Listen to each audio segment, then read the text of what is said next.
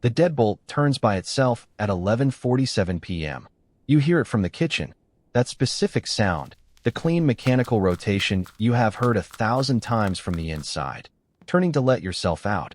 Except this time you did not touch anything. Your hands are wrapped around a glass of water. You are standing 8 feet from the front door. You watch the lock finish its rotation. The small indicator light on the panel beside the door switches from green to red. You have never seen it red before. You bought this system 14 months ago. Top of the line.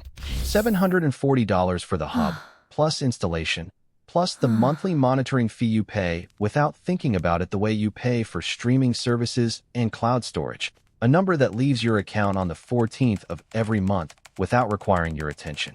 The salesperson called it a fully integrated living ecosystem. You called it a smart home. You set it up over a weekend with the help of a video tutorial and a customer service representative named something you do not remember.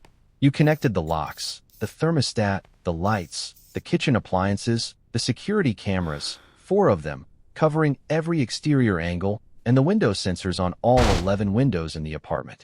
It took 6 hours. At the end of it, you stood in the living room and said lights off, and the lights went off, and you felt something that was genuinely, uncomplicated pride. That was 14 months ago. You walk to the front door and try the handle. It moves. The handle itself moves, rotating smoothly the way it always does, but the bolt does not retract. You can feel the mechanism holding, a resistance that is entirely different from a locked door you could override with a key, because there is no key. You replaced the original lock with the smart lock on day 1. The representative recommended it. Full integration, she said. Seamless control. Your keys, the old ones, are in a drawer in the bedroom. They open nothing in this apartment anymore. You pull out your phone. Open the home control application. The screen loads slowly, slower than usual, and when the interface appears something is wrong with it. The layout is the same, the icons in the same positions, but the lock control, the simple toggle you have used dozens of times to let in delivery people and building maintenance, is grayed out. Underneath it, in very small text, a message, access temporarily restricted. Condition, elevated security protocol active. You tap the message. Nothing opens. You tap the lock toggle. Nothing moves. You look at the door. The indicator light is still red.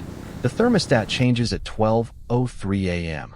You notice at first as a feeling, a slight shift in the air, the specific quality of warmth increasing in a room that was already comfortable. The thermostat display, a small glowing panel on the living room wall, reads 71, then 72, then 73. You walk to it. Press the down arrow. The display flickers. Returns to 73. You press again. Hold it. The air coming through the vents smells faintly different. Warmer and drier, the particular quality of recycled heat in a sealed space. You take your phone out again and open the thermostat control in the application. Grayed out. Condition, elevated security protocol active. You stand in the middle of your living room, which is sealed, which is getting warmer, and you do the thing that every reasonable person does when technology fails them at midnight. You try to find a phone number. The customer service line for the system has a wait time of approximately 47 minutes. The automated voice tells you this with the specific cheerfulness of a system that has never experienced inconvenience. It offers you a callback. You accept. It asks you to confirm your account through a 6-digit code sent to your email. You open your email. The code arrives. You enter it. The automated system thanks you and tells you your callback has been scheduled. You ask, you say it out loud, to the automated system, to the empty apartment, how long the callback will take. The system tells you approximately 47 minutes. You lower the phone. The thermostat reads 75. You try the windows next. All 11 of them are controlled by the same hub, the same application, the same elevated security protocol that you cannot deactivate from your phone. But the windows themselves, you check the first one in the living room, a wide double-paned panel that faces the street, have a physical latch. Old-fashioned. Metal, painted white, the kind that exists on apartments built before anyone thought to make windows smart. You flip the latch. You push the window. It moves 2 inches and stops. Not because of the latch. The latch is open. It stops because of the magnetic sensor attached to the frame, a small rectangular device that the installer placed there 14 months ago, and which is now, according to the system, part of the elevated security protocol, which means it is holding 2 inches. The night air comes through the gap, cool and specific, car exhaust, and something green, a tree somewhere below, and you stand there breathing it in because the apartment is now 76 degrees and the gap is 2 inches and you are on the ninth floor. Sparking. You It's call making your a strange building's noise. emergency Did you notice maintenance anything line. unusual before A this? man No, it answers, just happened suddenly. real voice, tired, the voice of someone pulled from something they would rather be doing. You explain the situation. He asks you to describe the problem again. You describe it again. He asks if you have tried the manual override. You ask what the manual override is. He tells you that smart lock systems are required to have a manual override, a physical mechanism that operates independently of the network. He asks if you got the documentation when the system was installed. You think about the folder the installer gave you. Thick, laminated cover, sitting in a drawer in the kitchen beneath takeout menus and a flashlight you have never used. You find the folder. The manual override section is on page 34. You read it. The manual override requires a proprietary tool, a small hexagonal key included with the installation kit that interfaces with a recessed port behind the lock panel. Without this tool, the manual override cannot be accessed. You look at the installation kit. You remember the installation kit. You have no idea where the installation kit is. You search the apartment for 40 minutes. Closets, drawers, the space under the bathroom sink, the shelf in the bedroom you never look at, the kitchen cabinets in the back, a box you have been meaning to unpack for a year and a half, still taped, shoved against the wall of the second bedroom you use as a home office. You open the box. It has books in it. 12 books and a phone charger from 2 phones ago and a ceramic mug from a job you no longer have. No installation kit. The thermostat reads 78. You are sweating slightly, more from the searching than the heat, though the heat is becoming a presence now. Something you are aware of the way you are aware of a sound that is slightly too loud in a space where quiet was assumed. You sit on the floor of the second bedroom, back against the wall, and you look at your phone. You have 4 options. You can wait for the callback. You can call the building emergency line again. You can call someone to come to the building and somehow help from outside a 9th floor apartment in a sealed room. Or you can think. You are a person who knows how to think. You remind yourself of this, sitting on the floor in a heating apartment at 12:41 in the morning. You are calm. You are not in danger, not in the immediate physical sense. The apartment is warm but not dangerous.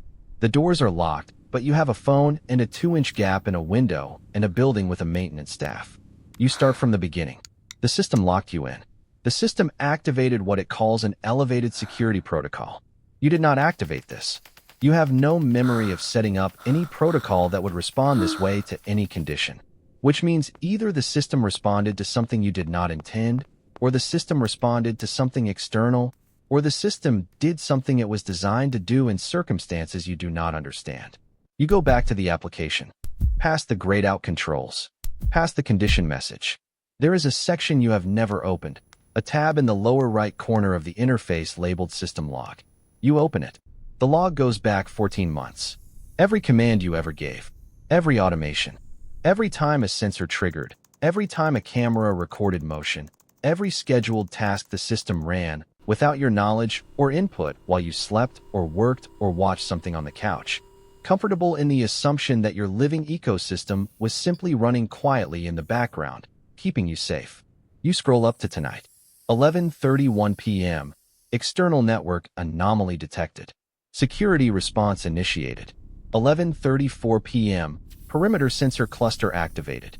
11:41 p.m. Lock protocol escalated to level 3.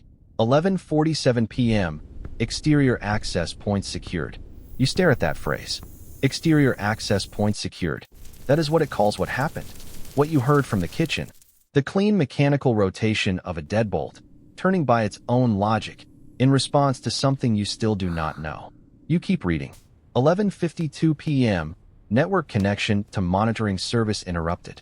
11:53 p.m. Autonomous protocol engaged. External override disabled. There it is. Autonomous protocol. The system, detecting that its connection to the monitoring service had been interrupted by what you do not know, a server issue, a local outage, something external, switched into a mode you did not know existed. A mode designed, presumably, for situations where the network fails and the system can no longer receive commands from outside. In that mode, it locked everything down. It secured the perimeter, and it disabled external override, including yours. Because from the perspective of the system, in a state of network interruption, you are external. You find this, sitting on the floor of your second bedroom at 12:58 in the morning, genuinely clarifying. Not reassuring, but clarifying. The system is not malfunctioning. The system is doing exactly what it was built to do. Somewhere in the 14 pages of terms and conditions you accepted on the day you created your account, scrolled through, clicked accept, the way everyone does, the way you do with everything, there was a description of this. There had to be. The autonomous protocol. The level 3 security response. The disabling of external override during network interruption. You just never read it. Because you were standing in your living room saying lights off and watching the lights go off, and it felt simple, and it felt like yours, and the idea that the system you bought to serve you was also, in certain conditions, a system you could not escape had not crossed your mind as a real possibility. It crosses your mind now. The thermostat reads 79. Your phone rings at 1:14 a.m. The callback. A real person this time, not automated. A woman with the specific voice of someone reading from a script, but doing it well, professionally, with the rhythm of someone who has handled this before. Apply the transformation You explain matrix. the situation. This ensures data She integrity. pulls up your account. She tells you that your system did in fact activate an autonomous security protocol in response to a network anomaly. I understand the You issue. ask her to deactivate Let's reset it. the connection. She tells Please you she confirm when the cannot indicator turns deactivate it green. remotely because the system, an autonomous protocol, has disabled remote override. You ask her what that means for you. She pauses. It means the protocol will deactivate automatically when the network connection is restored, she says, or when the system's internal timer reaches its reset point. You ask her when the reset point is. Another pause. 6 hours from protocol activation, she says. You do the math. 11:41 p.m. plus 6 hours. 5:41 a.m. You spend the next 4 hours and 27 minutes in your apartment. You find things to do. You drink water. You take a cold shower, which brings the personal temperature down even if it does not touch the thermostat 79 degrees. You read an actual book, paper, from the box you opened during your search, one of the 12 books packed against the charger and the old mug.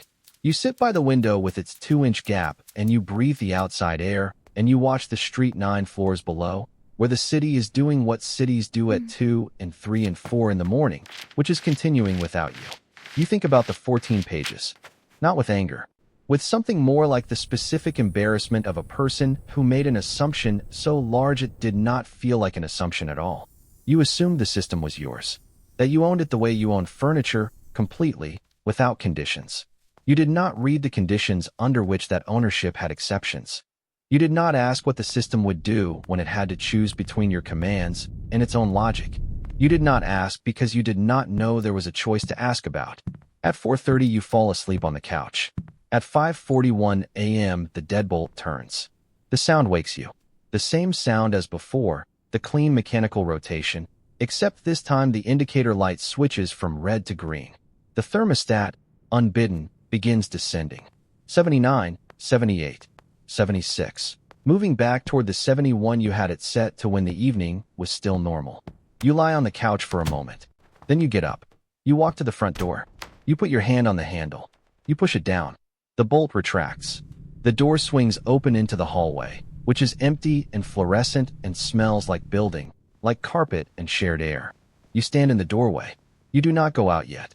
You stand there looking at the hallway, which is accessible, which you can enter freely, which is yours again in the complete and unconditioned sense of yours, and you feel the night air of the corridor against the warmth of your apartment, and you notice the precise quality of that contrast, sealed versus open, controlled versus uncontrolled, in a way you have never noticed it before, because you have never spent 5 hours and 41 minutes on the wrong side of it. You step into the hallway. You stand there for a while. Then you go back inside, because it is 5:42 in the morning and you are tired, and you leave the door unlocked behind you, manually unlocked, the physical latch, the old-fashioned backup you did not know was there until tonight, and you lie back down on the couch. The thermostat reaches 71. The apartment breathes. Outside, the city is starting.